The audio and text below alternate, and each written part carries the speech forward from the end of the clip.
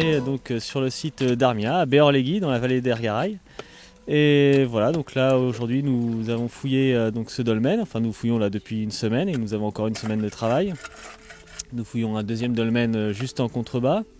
Et là, l'idée c'est qu'on s'intègre aux dynamiques actuelles sur les recherches sur justement les dolmens entre, là on va dire, en Charente, les Pyrénées-Orientales, tout ça, il y a toutes des nouvelles méthodes qui apparaissent.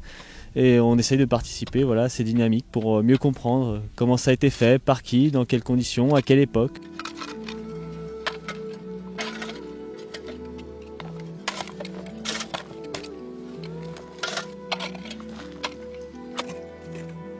Alors un dolmen, c'est une sépulture, hein, c'est une tombe collective, c'est-à-dire qu'on y revient à plusieurs reprises pour y mettre à chaque fois des individus. Elles sont plutôt réservées à une élite, à des chefs, hein, aux chefs des premiers paysans. En fait, on est dans la période qu'on appelle le néolithique, hein, c'est la période qui voit le début de l'agriculture et de l'élevage.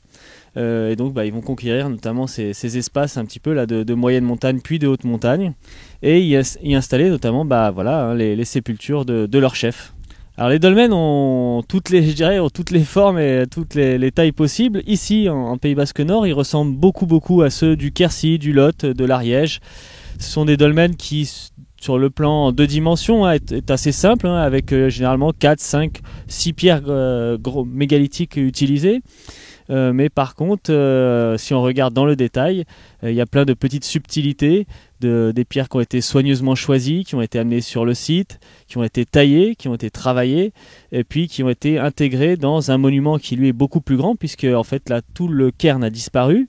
En grande partie, on l'a retrouvé un petit peu à sa base, mais donc le tout était recouvert d'une structure en pierre sèche, parfois associé avec de l'argile crue, de la terre crue, le tout formant donc un monument assez imposant, hein, qui pouvait faire 5, 6, 10 mètres de diamètre. Ce que nous on appelle tumulus, hein, c'est dans le cadre d'un dolmen, hein, c'est vraiment la masse de terre et ou de pierre qui recouvre, hein, le monument. En fait, ce qu'on voit, le dolmen, vraiment ce qu'on appelle le dolmen, c'est un petit peu le squelette, hein, et par-dessus vient se rajouter en fait toute cette architecture qui est donc avec notamment une façade, hein, ça s'ouvre, le dolmen s'ouvre sur une sorte de façade, le tout pouvant être bouché par des pierres pour tout simplement condamner l'accès entre chaque individu qui est mis, et puis même à la fin quand on décide que c'est le dernier individu qu'on enterre, on va boucher définitivement le dolmen avec voilà, des différents systèmes, et c'est ça justement qu'on essaye de documenter un petit peu ici.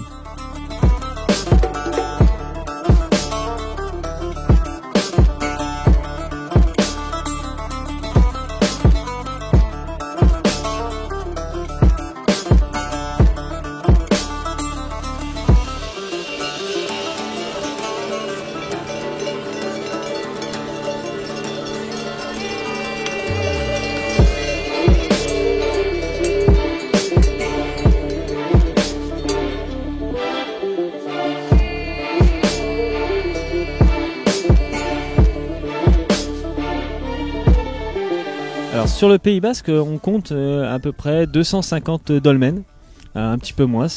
Alors il faudrait tous les vérifier, ils sont certainement pas tous de la même période. Dans tous les cas, il y a un style bien connu, au moins 2 styles différents, et il va falloir que justement on les replace un petit peu dans la chronologie. C'est tout notre travail. C'est pour ça qu'on est revenu sur ce thème-là qui avait été peu exploité jusqu'à présent, ou pas avec toutes les méthodes dont on dispose aujourd'hui. Alors dans les dolmens, les populations de cette époque-là, ce sont des Homo sapiens, hein, comme vous et moi. Hein, on est, je l'ai dit, hein, aux alentours de 3800, 3600 ans avant notre ère pour ce qui est des dolmens du Pays Basque Nord. Et alors on les retrouve pas malheureusement dans la plupart des cas, parce qu'ici, notamment dans la vallée d'Ergaraï, les sols sont acides, donc les ossements sont mangés, ils disparaissent. Par contre, on retrouve les silex, les céramiques, tout ce qui a pu être les parures qui ont été déposées avec les morts. Donc là on a plusieurs objets en silex, on a les fragments d'un petit pot en céramique. Voilà, donc tout ça après va être documenté, photographié, mesuré, voilà. Et c'est comme ça qu'on va pouvoir en savoir un petit peu plus sur les conditions de vie, sur les conditions, sur les rapports entre les hommes, entre les différentes régions du sud de la France, du nord de l'Espagne. Ce qu'on essaye aussi là, c'est justement de raccrocher ces dolmens qui sont donc des tombes, donc le monde des morts, un petit peu au monde des vivants, et de comprendre un petit peu déjà comment on utilise le territoire là, ici à l'échelle de la vallée, bien entendu, et puis un petit peu après au-delà. Donc on sait que ces populations, donc ce sont des premiers paysans, ils ont donc essentiellement des vaches, des chèvres, brebis, cochons avec eux. Ils cultivent le blé, l'orge, le millet, plusieurs sortes de blé, plusieurs sortes d'orge, de millet, les poissés. Ils font de l'agriculture en altitude, ça on en a des preuves, à 1300, 1400 mètres, on a des traces de céréales.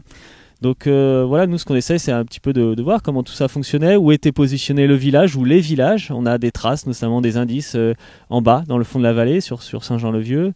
Certainement des maisons en bois, sur des poteaux en bois, avec des murs en torchis, qui sont donc de la boue avec de la paille, posée sur un clionnage. Donc des maisons assez simples, on va dire.